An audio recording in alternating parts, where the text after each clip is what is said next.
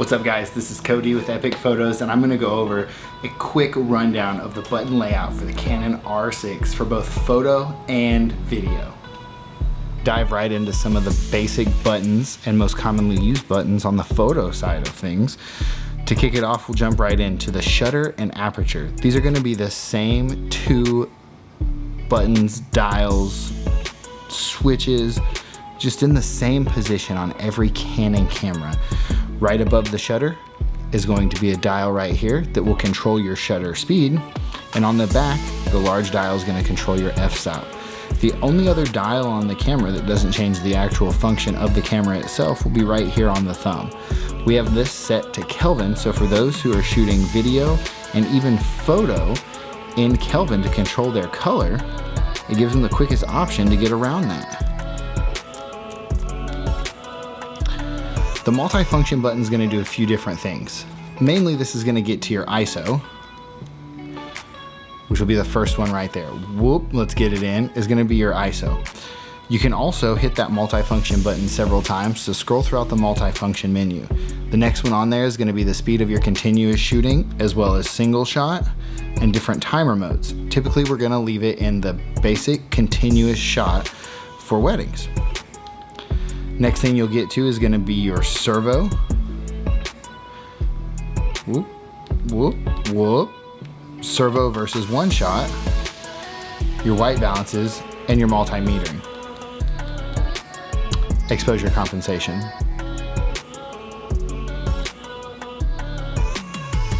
Most of the time you're just going to leave this bad boy on ISO so it's quick and easy to get to things. But what if we want to get into servo quickly? Well, no worries, got you covered. The star button, second one in on the right from your thumb, is going to be that quick key to go into servo and one shot. And we're going to leave our cameras in one shot continuous shooting for 90% of the wedding day.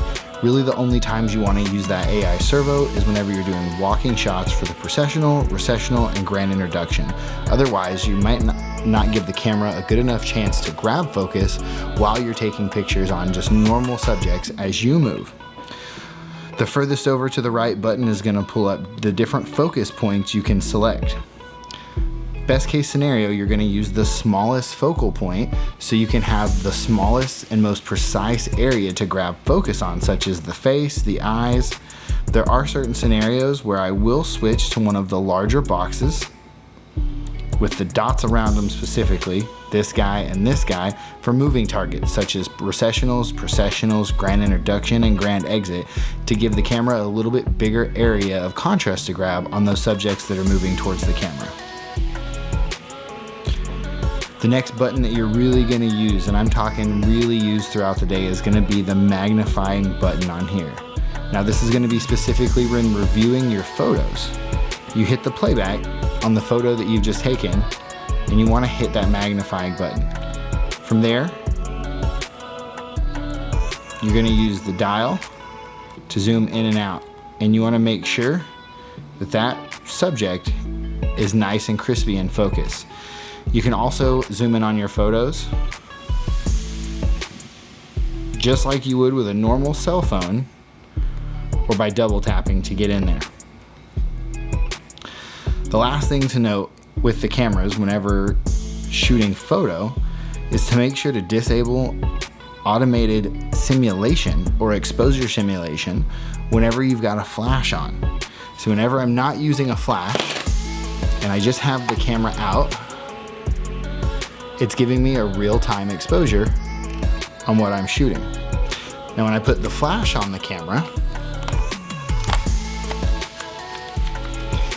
doesn't recognize that it's got a flash on and doesn't know what to do. This can also make it extremely difficult to grab focus when using AI servo in those darker times of the night, such as grand exit, because there's nothing for the camera as a light source to help it grab focus. So what you're going to do is you're going to go into your camera menu, go to the red camera tab, page 7, under exposure simulation, and you're going to disable that whenever you're using a flash. Some of the flashes that we use, such as Godox or native Canon brand, will automatically disable that in communication with the camera. However, the majority of these young Nuo flashes don't quite communicate with the camera and don't turn off simulated exposure. That's the basics for the photo side. Now, let's hop into video. The majority of the layout of the camera is going to be the same aside for one big button, and the quick menus are going to differ between the two. The multi-function button is still going to control your ISO and get to quick white balance settings. Shutter is still right here. White balance is still here. Aperture is still here. The only thing that changes is the different button that we have programmed on the photo side for servo, which on the video side is going to change the max brightness and color temperature of the screen.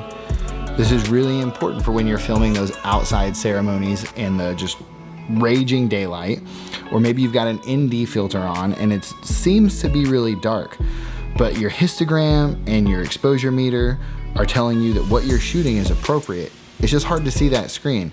Well, you can always look through the viewfinder, or you can press the star button and adjust the brightness of your screen. This is only going to be used outdoors in the most harsh sunlight settings. Other than that, the rest of our buttons stay the same. While we're here, let's take a quick look through our quick menu button and see what we've got.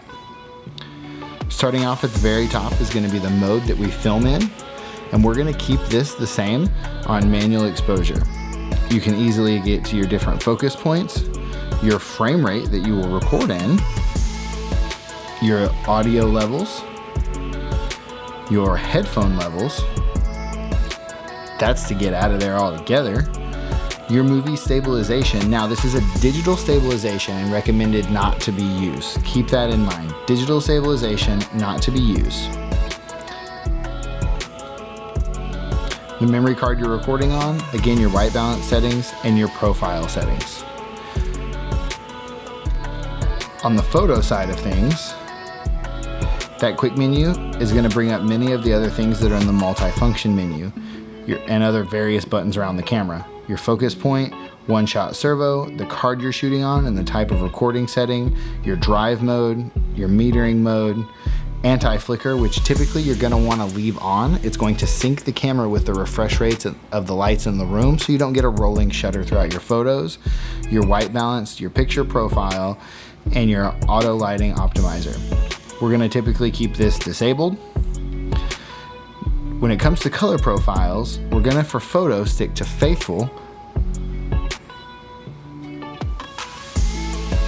And on the video side of things, we're going to use custom profile 1. These are going to be set up before you leave the shop and out to your event.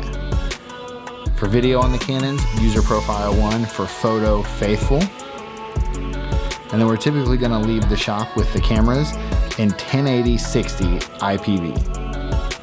Let us know if you have any questions, or if your camera is laid out differently, your city manager will help you get that squared away.